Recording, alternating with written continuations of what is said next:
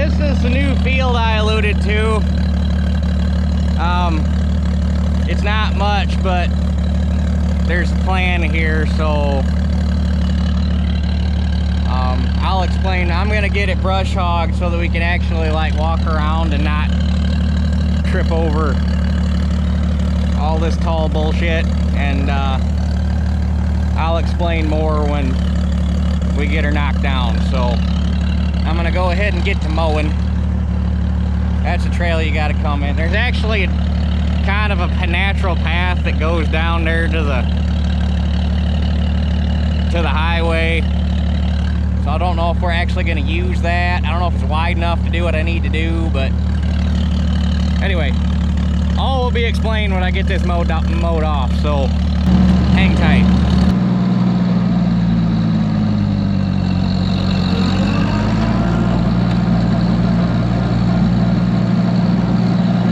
Normally I can run this mower in second gear, but since I don't exactly know what all's out here, I'm gonna run in first just in case.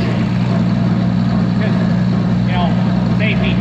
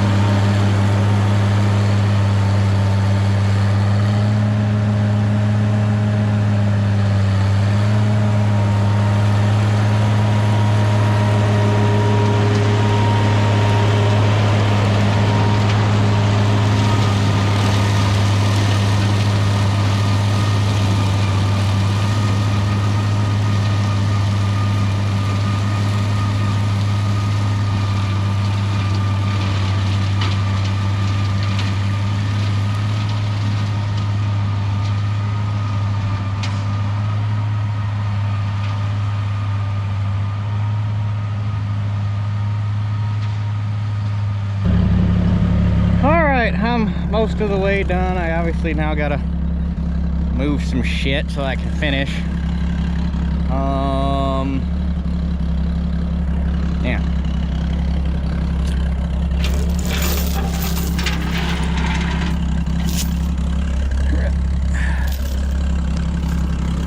This guy. Get him over the back of the bucket like that.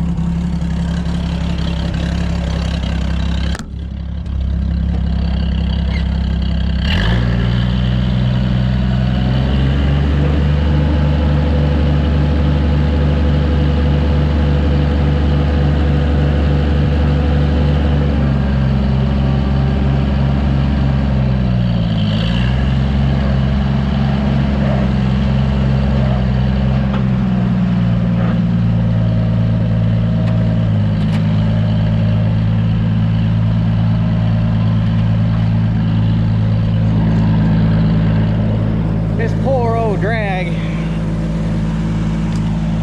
get it flipped over so I can see what the handles look like. I could probably tell you about what brand it is, but I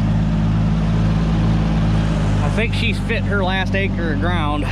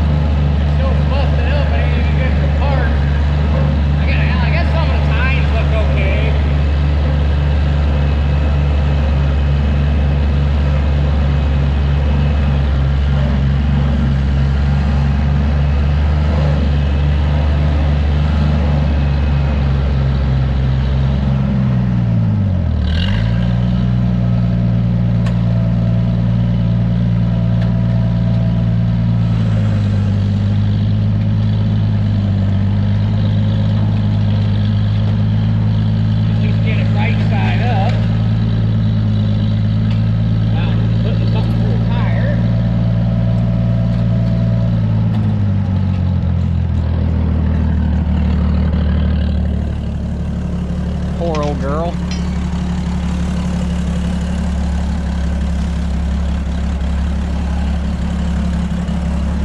This style of lever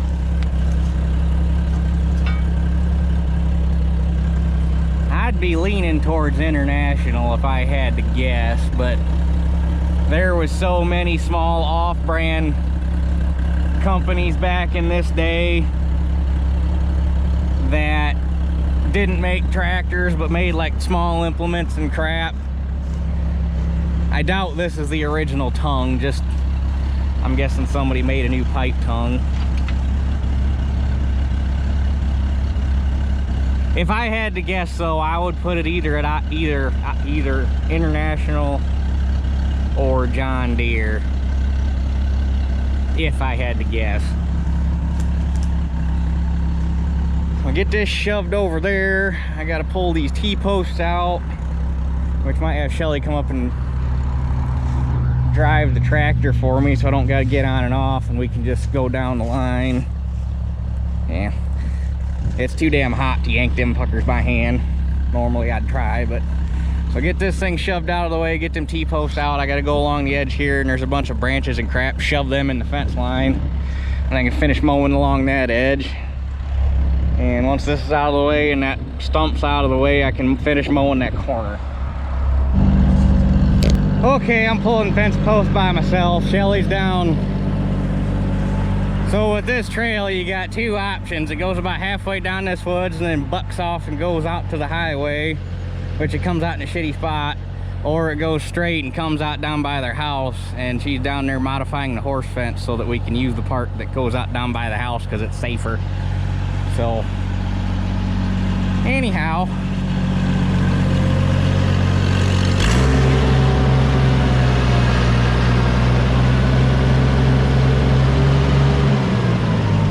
so much better than pulling by hand.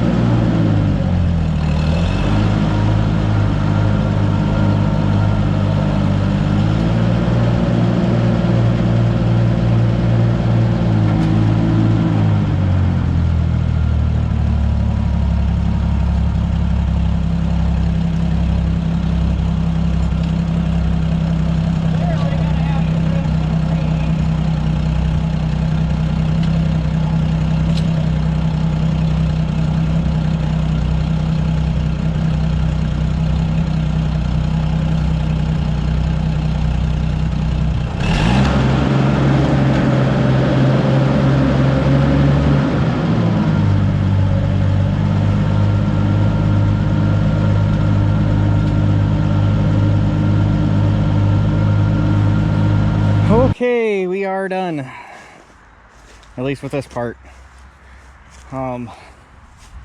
So as some of you possibly have already surmised, that this is going into hay. Shelly and her mom have been buying hay for the horses, and I came up here and we looked around one day and it's like, why are you wasting money buying hay when we can just put hay up here? Because I mean, it's basically wasted space. You can't row crop it because you can't fit anything decent sized in here. And with that high tension tower in the way, it just, so why not put hay in it? At least it'll keep it mowed and look nice and you can do something useful with it. So probably somewhere in the neighborhood of 1.5 acres to 2 acres here. It ain't overly large, but it dips down, obviously dips down over this hill here. There's actually, I'm guessing it's leftover remnants from when they were building the railroad, maybe. I don't know. Well, it had to have been younger than that, because that railroad's been there that's since the turn of the century. But this looks like it was a gravel pit at one point. They were clearly mining sand out of here for something. Otherwise, you probably could have done this whole thing. But so it's gonna dip down over here, and then we got this whole spot up top where the tower is, and then there's another spot up here by the road. This was probably all, well, the original, what I'm assuming is original grade is it was a rather gentle slope, because I'm assuming that right there is original grade and they had to build all this up to build that tower. So this is all fill.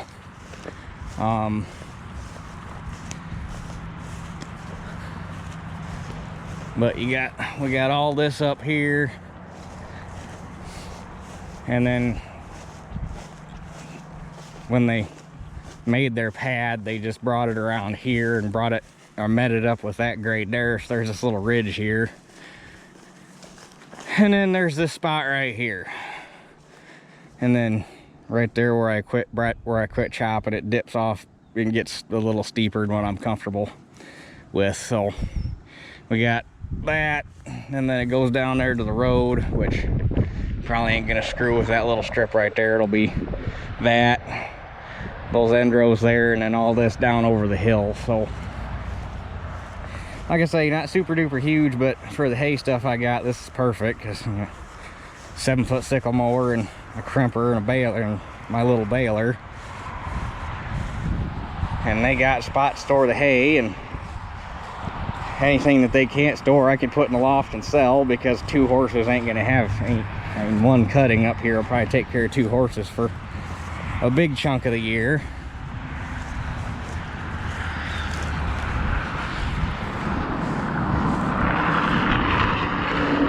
I'll have to do something. There's like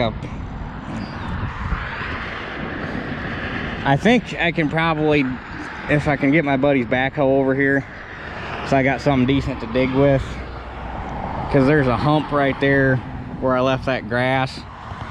It humps up and then dips down into where they were mining for sand. If I can get some sand out of there for fill, and fill in this little like washout right here, so it gets kind of deep right there, and then that'll be not too bad.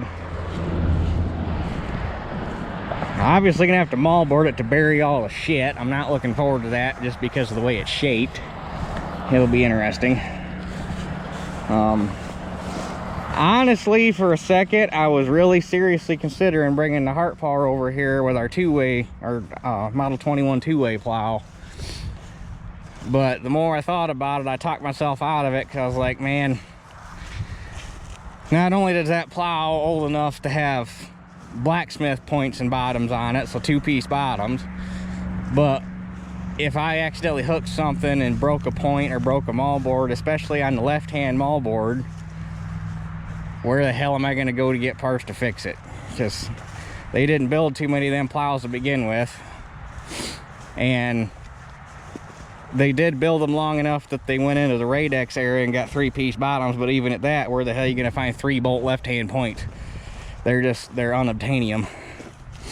So that pretty much killed the idea of bringing the two-way plow and the Heart Power over here. So I think what I'm going to do is use the 77 and my 2-bottom 4240, because that thing's got common wear parts on it, and if I do end up breaking something, it's no big deal to replace it. So, and that thing, there's 2 16s. It's got high-speed bottoms on it, and it's got really aggressive points. So it's got deep suck shares on it, so it'll work good out here. Hey, look, praying mantis. Where you going, bud? So that's kind of the plan. Gonna have to go down through here, bring the pole saw down at some point, and shave all these trees up and get them pushed back where they belong.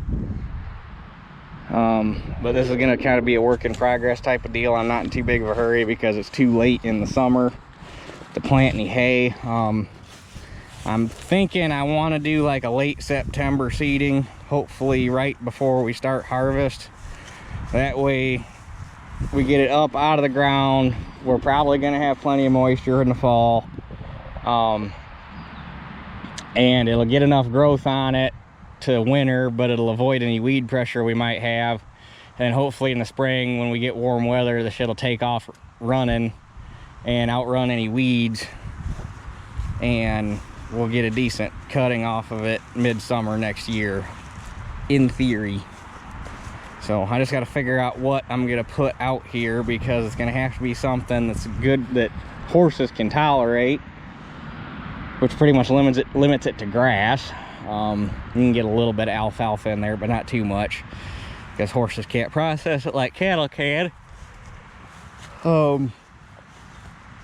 And it's going to have to be something that can deal with a sandy, well-drained soil and still thrive, because obviously this is all backfill for making the pad for that tower. So that being said, the grass that was here was growing really well, so it must be some halfway decent dirt, but soil samples will tell the tale.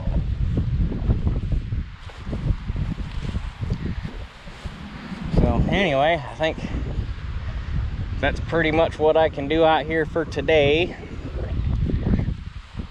So looks a damn sight better than the way it looked when I first got here. So like I say, this is kind of gonna be a side project, work on it when I get time type of deal, and then finish getting it cleaned up. We'll get out here and get it moldboarded. So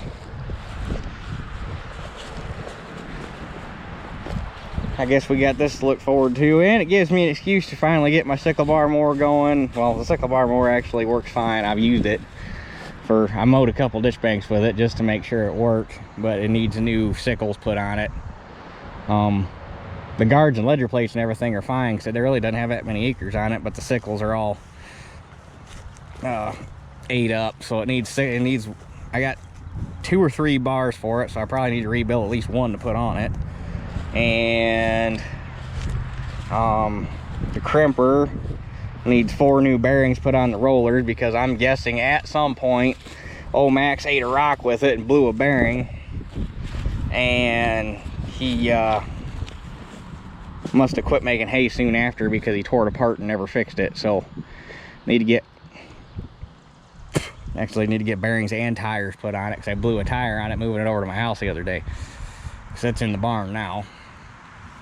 And then obviously the baler and the rake work fine, because I've used both of those. I think on the rake, because I've been thinking about it, because it's got the, what are they, 421 or whatever them goofy oddball tires are that were on it, that are hard to find and expensive.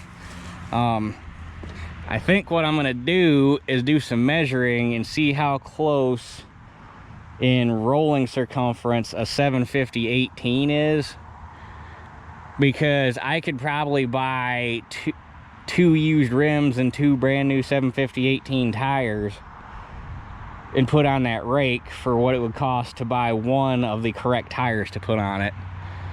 And then, I mean, if it was going to be a show rake and all I gotta do is paint it and drag it around to shows and not use it, okay, you can spend the money and put the right tires on it, because you're never going to wear them out. But if it's going to be a rake I'm going to use, you don't really want to put super duper expensive tires on it, because you run a damn thorn through them, or you road wear, all that bull crap. It makes sense to put a practical set of tires on it. So if 750/18s